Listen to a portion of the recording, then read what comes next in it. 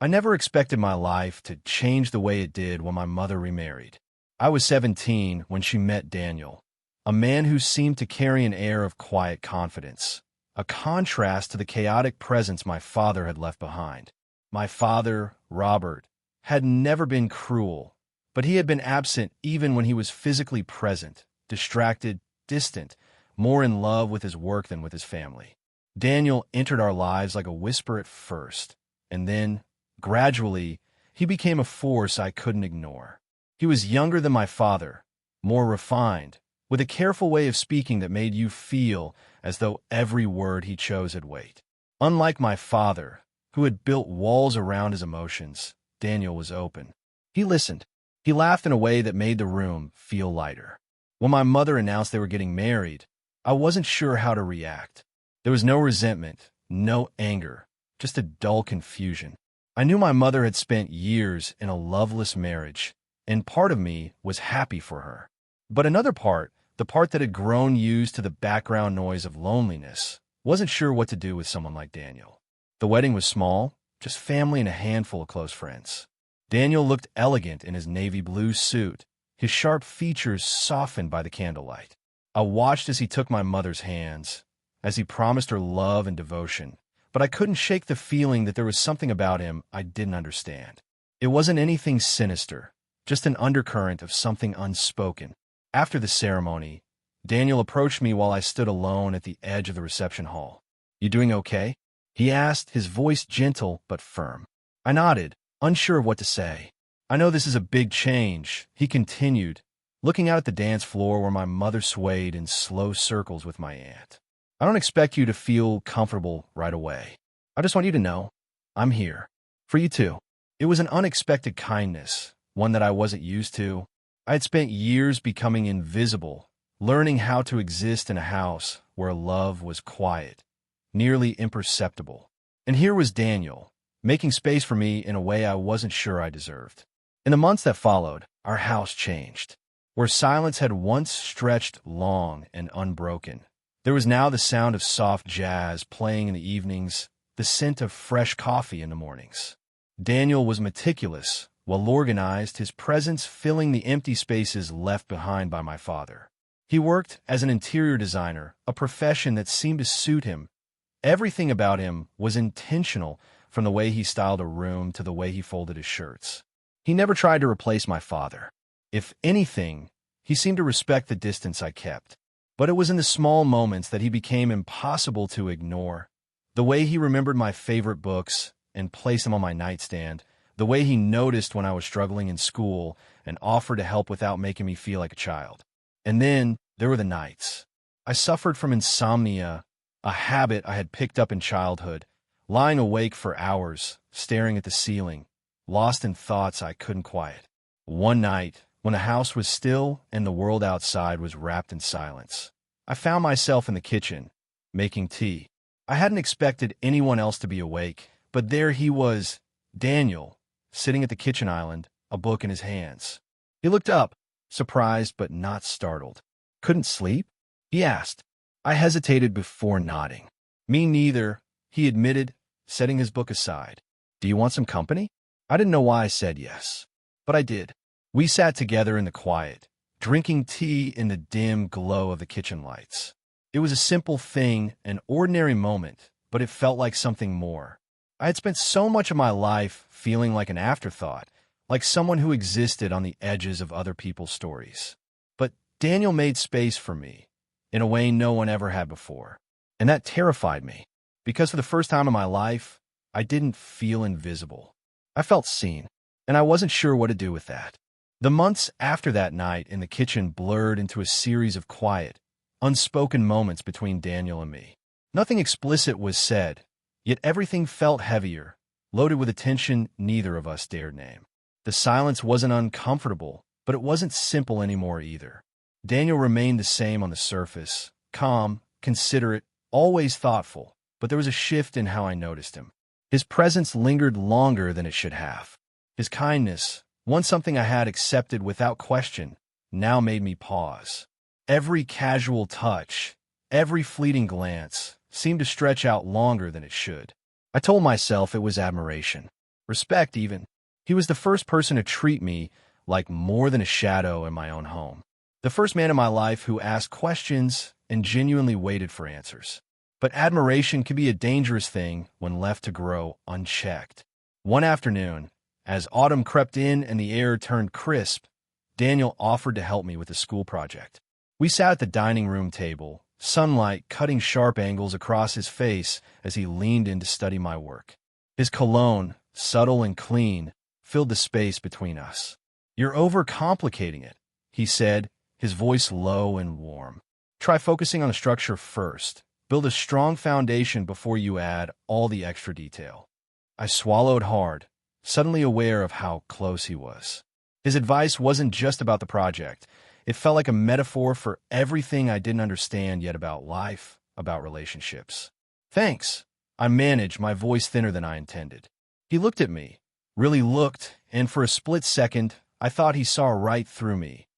Every confusion, every fear, every thought I didn't dare speak aloud. But then, just as quickly, the moment passed, and he leaned back in his chair, creating space between us again. Things got more complicated when my mother started working late more frequently. She was climbing the ladder at her firm, and with success came longer hours, business trips, and a noticeable absence in our home. Daniel never complained. If anything, he seemed to understand her drive in a way I couldn't. But the more she was gone, the more it felt like the house belonged to just Daniel and me. One evening, I found him in the living room, sketching designs in his notebook. The fireplace cast a soft glow across the room, making him seem almost unreal, like a figure carved from light and shadow. "Is it weird being alone so much?" I asked, my voice breaking the silence. He didn't look up immediately. "I've gotten used to it," he said finally. "Being alone isn't always a bad thing. It gives you time to think." I sat down across from him, watching the way his pencil moved across the page, smooth, deliberate, controlled. "Do you ever think about your life before us?" I didn't know why I asked. Maybe I was searching for a way to understand the distance I sometimes felt in him, like there were parts of Daniel locked away where no one could reach. He paused, setting his pencil down. "Sometimes, but the past isn't something I dwell on too much. It's easier to look forward. But doesn't it hurt?" The words slipped out before I could stop them. He met my gaze, and something unspoken passed between us, a flicker of shared loneliness, of understanding. "It does," he admitted. "But pain doesn't go away just because you ignore it. You just learn how to live with it." His honesty cut deeper than I expected. In that moment, Daniel wasn't just my stepfather. He was a person who had suffered, who had made peace with parts of himself I hadn't even begun to understand. The line between us blurred even further during small, insignificant moments. The way his hand would brush against mine when passing a dish at dinner. The softness in his voice when he asked if I was okay after a hard day. None of it was intentional, but every interaction left a mark like ripples in still water. I found myself thinking about him more than I should have, remembering the curve of his smile, the way his eyes softened when he was lost in thought. Guilt clawed at me for noticing these things, for letting my thoughts drift into places they shouldn't. And then came the night everything nearly changed. My mother had been gone for 3 days on a business trip. The house was too quiet, every sound amplified by the weight of absence. I couldn't sleep, again, so I wandered downstairs, expecting to find the usual silence. Instead, I found Daniel in the kitchen, sipping whiskey from a glass, his posture slouched in rare vulnerability. "You're up late," I said, keeping my voice low. He looked over, the exhaustion in his eyes evident. "Couldn't sleep." I hesitated, then moved to sit beside him. "Me neither." We didn't speak for a while, the silence stretching comfortably between us. Then, out of nowhere, he said, "Sometimes I wonder if your mom even notices how hard I'm trying." The confession hit me like a punch to the chest. "She loves you," I said quickly. "I know she does, but love isn't always enough." The pain in his voice was raw, unfiltered. Without thinking, I placed my hand on his. "You're not alone, Daniel." His hand didn't move away. His fingers curled slightly around mine, just for a second, an accidental comfort, or maybe something more. The air grew thick, heavy with everything we weren't saying. I could feel the gravity of the moment pulling us towards something dangerous, something we both knew we shouldn't want. But then he let go, pulling his hand away as if burned. "You should get some sleep," he said, voice tight. I left without arguing, my heart pounding, my mind racing with questions I didn't want to answer. That night, I realized the line between us wasn't just blurred, it was cracking, and I didn't know how much longer it would hold. The days following that night unfolded in a fragile, uneasy silence. Nothing had been said, and yet everything had changed. Daniel and I both retreated into ourselves, careful not to brush too close or linger too long in the same room. Every interaction was measured, cautious, as if any misstep might shatter the delicate balance we were desperately trying to maintain. But avoidance only made the tension grow stronger. My mother returned from her trip, full of stories about boardroom victories and late-night dinners with clients. She didn't notice the shift in the air, or if she did, she chose to ignore it, too distracted by her career's rapid momentum. Daniel played the part of the supportive husband flawlessly, smiling in all the right moments, asking thoughtful questions, but the warmth I had grown used to seeing in him seemed dimmed, as though something inside him had quietly folded inward. I told myself it was guilt. I told myself that whatever had almost happened that night was a mistake, an emotional misstep born from loneliness and exhaustion. But late at night, when the house was quiet and my thoughts had no one to hide from, I wasn't so sure. Then came the night the balance finally tipped. It was raining, one of those relentless downpours that turned the sky into a dull, gray sheet. My mother had left earlier that afternoon for another overnight trip, and I could already feel the familiar sense of emptiness settling into the house. I tried to distract myself with homework, but my concentration kept slipping, words blurring together on the page. Sometime after midnight, I heard the sound of footsteps on the stairs. I assumed it was Daniel heading to bed, but instead, the footsteps paused outside my door. A soft knock followed. "Yeah?" My voice was low, uncertain. "Can I come in?" Daniel's voice was even softer. I hesitated before answering. "Yeah." The door creaked open, and he stepped inside, his expression unreadable. He was wearing a simple gray t-shirt and sweatpants, but there was something vulnerable about the way he carried himself, like the weight of something unspoken was pulling at his shoulders. "I couldn't sleep," he said after a moment, running a hand through his damp hair. "I thought maybe you couldn't either." I shook my head, setting my textbook aside. "No, I can't." He leaned against the doorframe, arms crossed over his chest. The room felt too small, the air too thick. "Do you ever feel like this house is too quiet without her?" I asked, trying to fill the silence with anything but the truth. "Every day," Daniel admitted, his voice low, raw with honesty. The weight of his words settled between us. He moved closer, sitting on the edge of my bed. Not too close, but close enough that I could feel the warmth radiating off him. "I don't know how much longer I can keep pretending," he said, staring down at the floor. His voice was steady, but the cracks beneath it were impossible to miss. "Pretending what?" My voice was barely a whisper. "That everything is fine, that I'm happy, that your mom and I are still connected." His fingers flexed against the edge of the bed. "She's gone more than she's here. And when she is here, it feels like we're strangers sharing the same space." I swallowed hard, unsure what to say. I wanted to comfort him, but the truth was I wasn't sure if comfort was even possible anymore. "Daniel."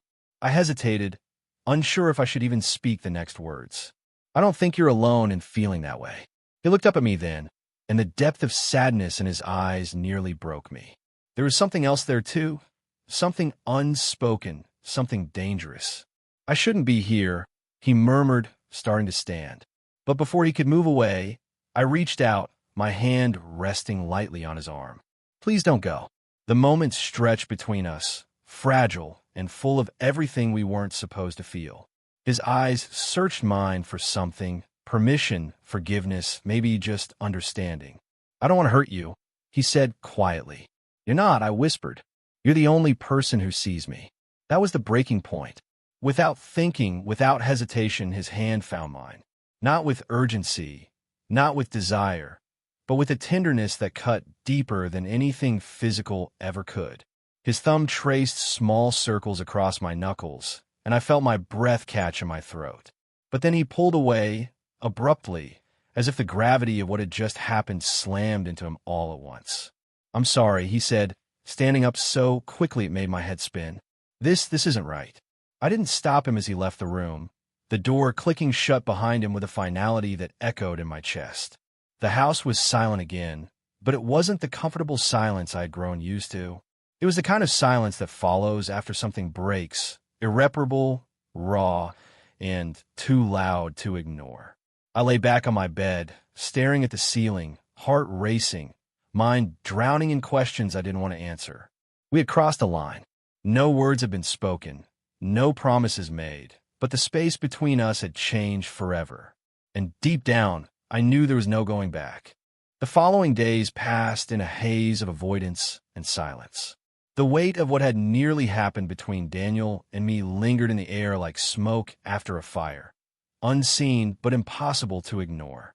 We didn't speak of that night, and neither of us dared to acknowledge the growing distance stretching between us like a widening fault line. When my mother returned from her business trip, she seemed oblivious to the shift in our dynamic. Her focus remained on conference calls, unread emails, and late-night meetings, while Daniel and I drifted further apart, like two islands severed by an unseen storm. I told myself it was for the best, and yet, every time I passed him in the hallway or caught his silhouette from the corner of my eye, I felt that same ache in my chest, a mixture of guilt, confusion, and longing I didn't know how to name. The breaking point wasn't a dramatic confession or a sudden argument. It was quiet, small. It came on a Sunday afternoon when the rain had finally stopped, leaving the sky washed clean and pale. I was sitting on the back porch, a book forgotten in my lap, when Daniel joined me. He didn't say anything at first. He just sat there, hands clasped loosely between his knees, eyes focused on some point in the distance. After a long silence, he finally spoke. "We need to talk." I nodded, heart pounding in my chest. "I've been thinking about what happened," Daniel continued, his voice low but steady. "Or what almost happened." He ran a hand through his hair, a gesture I'd come to recognize as a sign of discomfort. "It wasn't right. I know that. You know that." I swallowed hard, my throat dry. "I know." His shoulders tensed, but he didn't look at me. "You're young. You're confused. And I should have been stronger. I should have set clearer boundaries from start." A flicker of pain stabbed through me at his words, but I knew he was right. Whatever feelings had stirred between us weren't just complicated. They were dangerous. I wasn't trying to. I stopped, unsure of how to finish the sentence. I wasn't trying to what? Seduce him? Manipulate him? No, that wasn't it. I didn't want to be alone anymore. That was the truth underneath all the confusion and guilt. I hadn't wanted him in the way I thought I did. I had wanted someone to see me, to understand me. And Daniel had been the first person who truly had. "I know," Daniel said softly. For the first time in days, he looked at me, really looked at me, and there was no judgment in his eyes. Only sadness. But that doesn't make it okay. I blinked back the sting of tears. "What happens now?" He sighed, running his fingers along the grain of the wooden bench. "We move forward. You focus on being a teenager, figuring out who you are and what you want from life. And I'll be here, but only as your stepfather. That's all I can be. That's all I should be." The finality of his words settled heavy in the air between us. I nodded, understanding even though every part of me wanted to argue. But deep down, I knew it was the right thing to do. The weeks that followed were hard. The house felt colder, more distant, even though nothing had physically changed. My mother remained blissfully unaware, caught up in her career, while Daniel and I built new boundaries. Careful conversations, polite distance, and the unspoken agreement that the past would stay buried. But something inside me had shifted. I started focusing on my schoolwork again, pouring my energy into something I could control. I spent more time with friends, tried to reconnect with the version of myself that had existed before Daniel became such a central figure in my life. It wasn't easy. The feelings didn't vanish overnight. But slowly, I learned how to let go. One evening, a few months later, Daniel knocked on my bedroom door. His presence was careful now, like he was afraid of crossing a line we both knew couldn't be redrawn. "I'm heading out to the store," he said, his voice casual but kind. Do you need anything? I shook my head. No, I'm good. He lingered for a moment longer. You're doing better, he said finally. Not as a question, but as an observation. Yeah, I replied, and for the first time I meant it. A small smile touched his lips. I'm glad. And with that, he left, leaving the door slightly ajar behind him. I sat there for a long time, staring at the half-open door, thinking about everything that had happened, and everything that hadn't. The pain was still there, but it had dulled, softened by time and understanding. Some connections aren't meant to last forever. Some lessons come from the most unexpected places. Daniel had given me something important, even if it wasn't what I, or he, had expected. He had taught me that being seen didn't mean I had to lose myself. That real love, even in its most complicated forms, wasn't about possession or desire.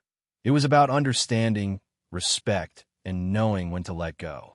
And for the first time in what felt like forever, I was ready to move on.